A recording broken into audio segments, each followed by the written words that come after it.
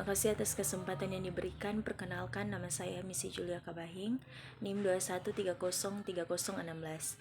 Saat ini saya akan menjelaskan bagaimana model pembelajaran Project Based Learning. Project Based Learning atau PBJBL adalah model pembelajaran yang menjadikan peserta didik sebagai subjek atau pusat pembelajaran.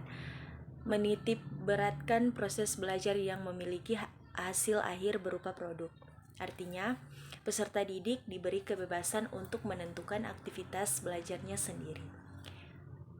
Mengerjakan proyek pembelajaran secara kolaboratif sampai diperoleh hasil berupa suatu produk. Itulah mengapa kesuksesan pembelajaran ini sangat dipengaruhi oleh keaktifan peserta didik. Nah, tujuan dari Project Based Learning dengan diterapkan suatu model pembelajaran tentu mengandung tujuan yang hendak dicapai. Adapun tujuan Project Based Learning adalah sebagai berikut. Yang pertama, melatih sikap proaktif peserta didik dalam memecahkan suatu masalah. Kedua, mengasah kemampuan peserta didik dalam menguraikan suatu permasalahan di kelas. Ketiga, meningkatkan keaktifan peserta didik di kelas dalam menyelesaikan permasalahan yang kompleks sampai diperoleh hasil nyata. Yang keempat, mengasah keterampilan peserta didik dalam memanfaatkan alat dan bahan di kelas guna menunjang aktivitas belajarnya. Yang kelima, melatih sifat kolaboratif peserta didik. Yang berikutnya, sintak model pembelajaran. Sintak pembelajaran merupakan tahapan atau fase yang harus dikerjakan pada pembelajaran. Dengan adanya sintak, alur kegiatan pembelajaran menjadi jelas dan terstruktur. Adapun sintak pembelajaran Project Based Learning adalah sebagai berikut. Yang pertama, menentukan pertanyaan mendasar. Nah, sebelum masuk ke materi, guru harus memberikan pertanyaan mendasar terkait materi yang akan dipelajari. Pertanyaan tersebut bisa dikemas dalam studi kasus di dunia nyata. Dilanjutkan dengan penelusuran lebih mendalam. Yang kedua, menyusun desain perencanaan proyek. Menyusun desain perencanaan proyek bersifat kolaboratif. Artinya, kerjasama antara guru dan peserta didik. Pada desain ini memuat sejumlah poin, misalnya aturan main, aktivitas, dan presentasi. Yang ketiga, membuat jadwal aktivitas. Setelah guru dan peserta didik menyusun desain perencanaan proyek, dilanjutkan dengan membuat jadwal aktivitas. Adapun contoh jadwal aktivitasnya adalah yang pertama, menentukan timeline pengerjaan, yang kedua menentukan deadline pengerjaan, yang ketiga menentukan perencanaan baru untuk menyelesaikan proyek, yang keempat memberikan bimbingan bagi peserta didik yang menggunakan cara di luar proyek.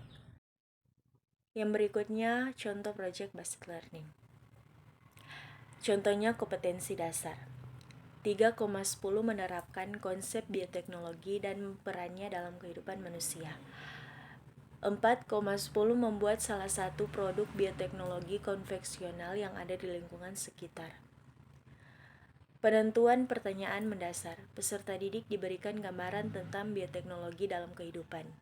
Lalu diminta menuliskan rasa ingin tahunya dalam bentuk pertanyaan. Menyusun desain perencanaan proyek. Guru bersama peserta didik mulai membuat rencana awal tentang upaya untuk membuat sebagai produk bioteknologi konvensional. Untuk aturan main, pengerjaan proyek harus disusun secara kolaboratif antara peserta didik dan guru.